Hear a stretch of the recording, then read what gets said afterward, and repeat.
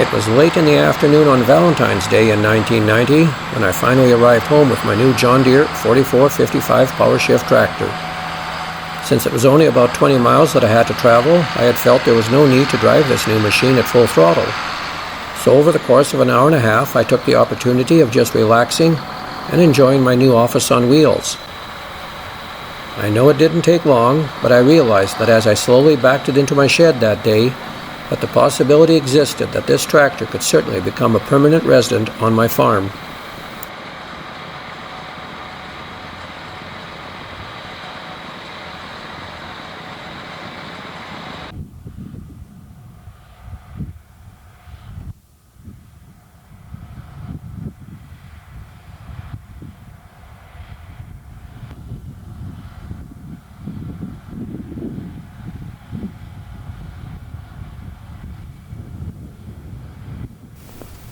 With the return of springtime once again here on the Canadian prairies, it is time to think about planting another crop. And as soon as conditions are favorable, this tractor is connected to my 32-foot John Deere 1000 series field cultivator with its mounted harrows. This preceding operation not only kills any growing weeds that will compete with the newly seeded crop, but more importantly, it warms up the cold ground by exposing the freshly tilled earth to the heat of the sun. What is most obvious on this land are the numerous sloughs, or wet spots, in which we are forced to contend with. In this district, they are commonly referred to as potholes, and as always, they must be maneuvered around with a bit of a balancing act. Get the tractor too close, and everything becomes mired in the mud. Keep further back from this very fertile topsoil, and all you end up harvesting is a crop of weeds.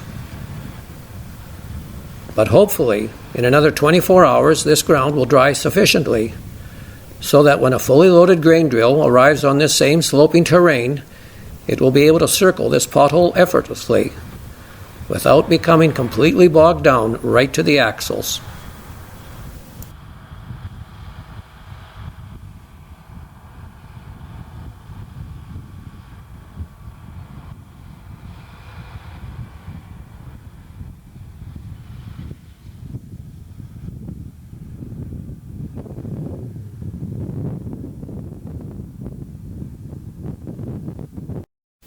When it did come time for seeding, as shown in this photo taken in 1990, my 4455 was hitched to 20 feet of John Deere 9350 press drills, the same set of drills that were used behind my 4240 tractor in previous years. These drills did an admirable job of seed placement, as well as thorough packing of the seed bed, but their small size eventually drew me to the conclusion that this tractor was not being used to full advantage. Within a few years, I had decided to increase in size to 30 feet of John Deere 9350 press drills, but kept the same configuration as to what I had used prior. And with this setup, I certainly increased the number of acres that could be seeded in any given day. It naturally took longer to load the seed and fertilizer boxes, and of course my grain truck would have to be filled more often, but the time involved in doing both of these undertakings was well worth it. By the same token, this drill also came with the automatic hydraulic transport, which allowed for faster end-ways travel down the road to and from my fields, something which my old drills did not have. Care and caution still had to be exercised while moving this 30-foot drill, as when turning a 90-degree corner, the rear group of wheels did not caster. Rather, they would skid, making for excessive side pressure on both the wheel rims as well as the sidewalls of the tires. I sometimes question if we have come all that far in the world of agriculture. Here I am using 140 horsepower to pull 30 feet of seed drills, whereas here, in 1933, my maternal grandfather only needed 4 horsepower to pull 10 feet of seed drill. Granted, he didn't sit in air-conditioned comfort listening to the radio, nor did he have seat-side hydraulics to raise and lower his drill, as this was all done instead by the Armstrong method. The only difference, though, that I can really see is that any fertilizer I applied with my drills each day was dropped through the rubber seed tubes along with the seed itself. Any fertilizer applied in his day would be dropped sporadically and was by broadcast method only. With seeding completed, it wouldn't take long and I would make the first trip over the summer fallow, a routine that is seldom practiced today. Initially, my 4455 pulled 27 feet of 1610 John Deere chisel plow with relative ease, but after a short time I decided it could handle a larger unit, so the acquisition was made for a 31-foot John Deere 610 chisel plow, which incorporated parallel lift through a floating hitch. It did a superb job under normal conditions, but I will admit it could prove a bit of a challenge when the tractor had to navigate through wet, sticky soils in the springtime, doing any type of pre-seeding cultivation. When all of these photos were taken, high-clearance sprayers and cheap glyphosate were only figments in somebody's wildest imagination. In today's world, those two items are quite common, and for that reason, modern-day agriculture has completely embraced zero-tillage and continuous cropping. Now that the summer fallow has been taken care of for the time being, my 4455 is more than willing to start spraying any weeds that are growing in my newly established crops.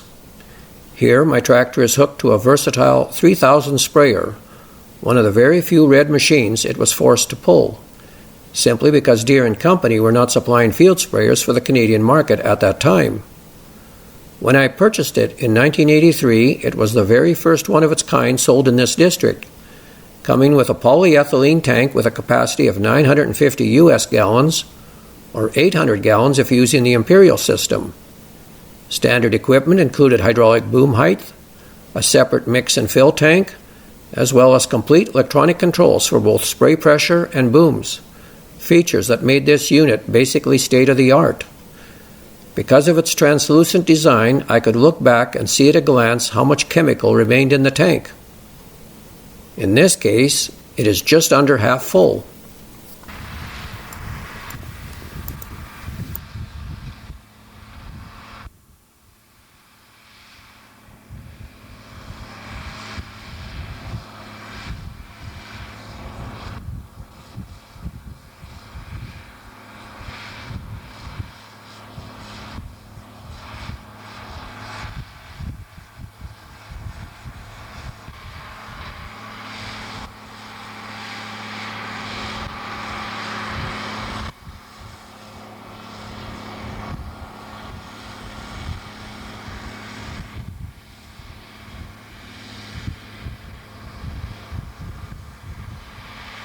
Whenever the opportunity presented itself, I would use my 14-foot John Deere 310 tandem disc to work up any low spots that had dried over the course of the summer.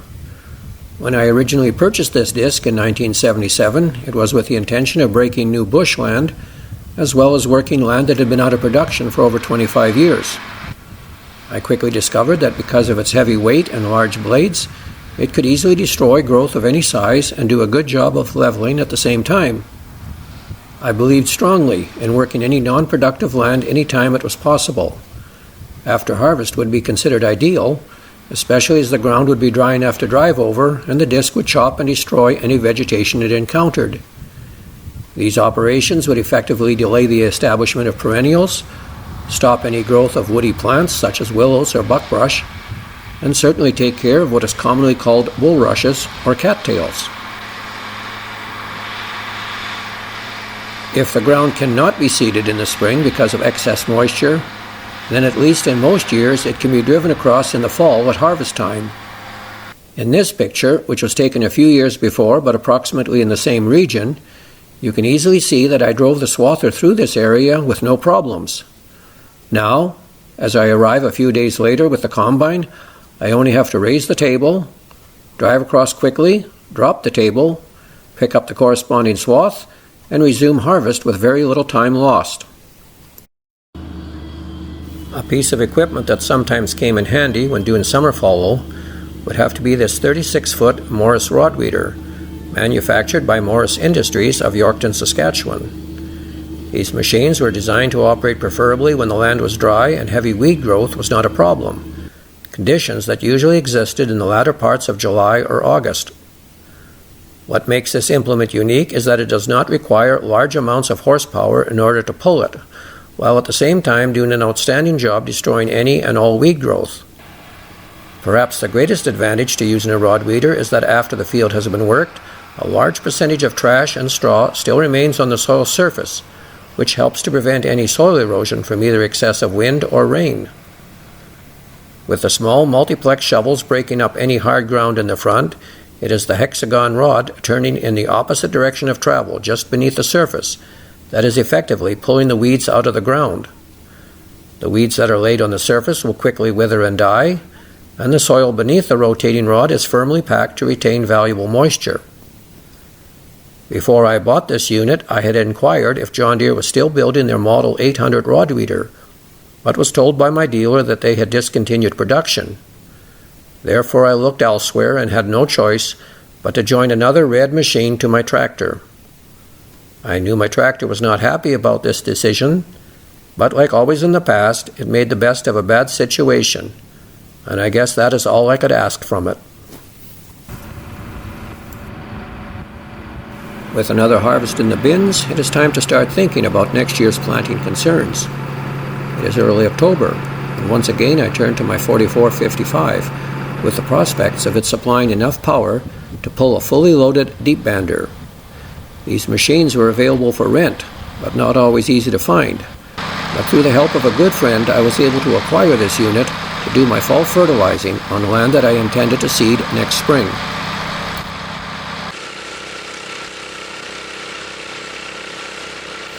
It doesn't take very long to fill the 80-bushel tank with 4600 nitrogen fertilizer on this 28-foot John Deere 655 air seeder.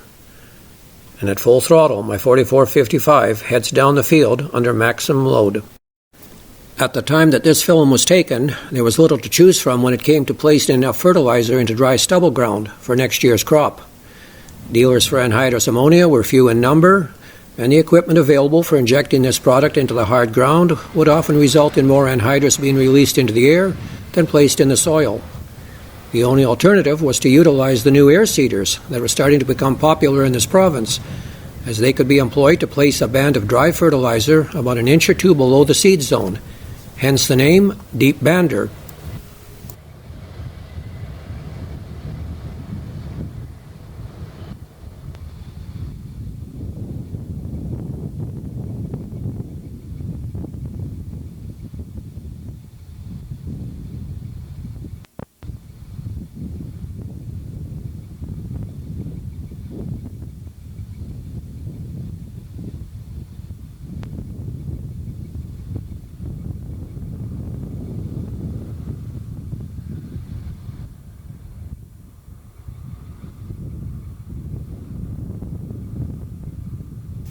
Air seeders, like this Model 655, had been on the market for several years previously, along with its bigger 185-bushel cousin, but their acceptance by the farming sector had brought mixed reviews. It took another several years after this video was shot before air drills made their debut, and at that point in time the press drills, end-wheel drills, one-way diskers, and seed rights all became obsolete overnight. The new air drills brought with them the concept of fertilizer wagons, in which to provide all the necessary ingredients to guarantee a successful crop. These towed wagons were loaded with anhydrous ammonia, or else they could be carts containing a thick gravy consisting of liquid concoctions of nitrogen and other nutrients. For those wishing to use just dry fertilizer, the ultimate solution would be an air seeder tank, holding a combined maximum of 1,300 bushels, seed and fertilizer. Certainly a far cry from what my grandfather had to work with back in 1933, with his steel-wheeled drill pulled by a team of slow-plodding percherons.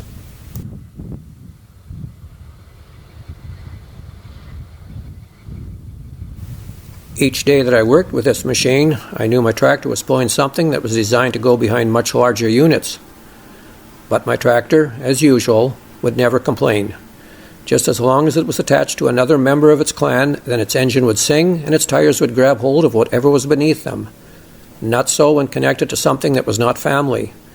Then it was easy to detect odd vibrations coming through the steering wheel as well as the seat, and I just knew that for this hard-working accomplice, it would turn into a long day of disappointment and despair.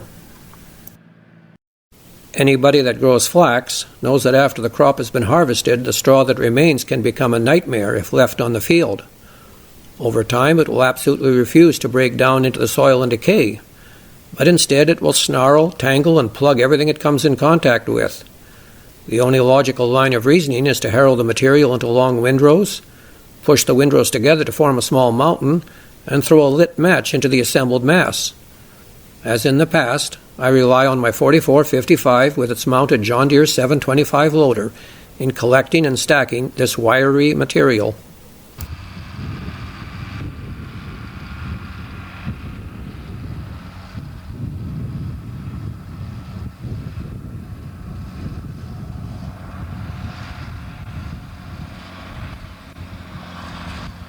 I found it was never too late in the year to do some land leveling, in this case draining a shallow pothole so it can be seeded to a crop the following spring.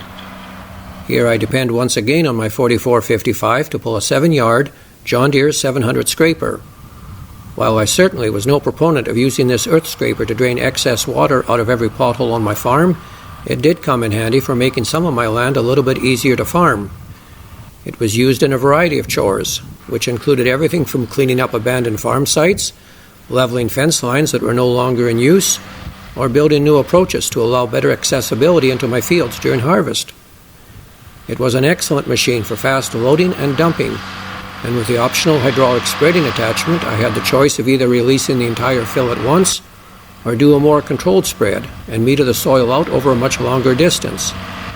It certainly could never compete with the large earth movers used today, but back 30 years ago it was more than sufficient for what I needed on my farm.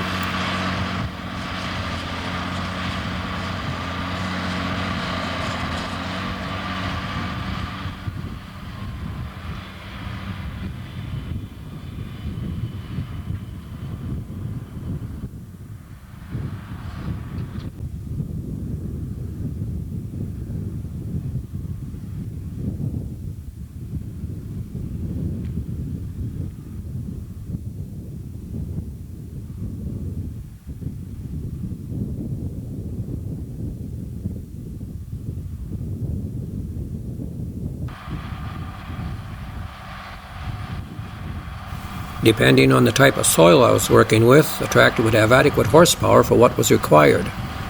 But there were times when the upper limits of both horsepower and traction would come close to being exceeded.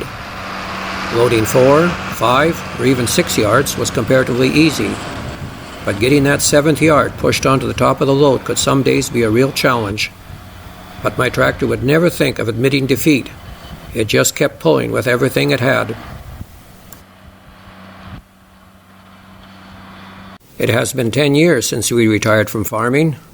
Any rented land I farmed was returned to the owner, and the remainder of my property was sold, except for the home quarter, where we still reside.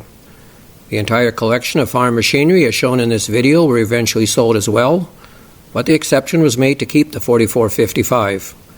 Today it is stored in one of my machine sheds, with the 725 loader installed on it at all times, available whenever the need arises, whether it be loading dirt into a dump wagon to help my neighbor, or building white mountains in my farmyard in the winter. With 7,500 hours on the engine, it will still do whatever is asked of it, no matter how big or small the job may be. I do have other John Deere tractors on this small acreage that serve a purpose.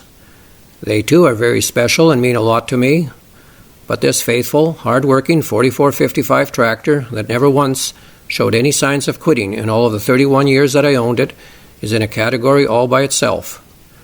There is no doubt in my mind that when this product of the Waterloo Tractor Factory, located in Waterloo, Iowa, was driven home on Valentine's Day so many years ago, it stole a small portion of my heart as we traveled along the road, and for that reason it shall remain here as long as I do.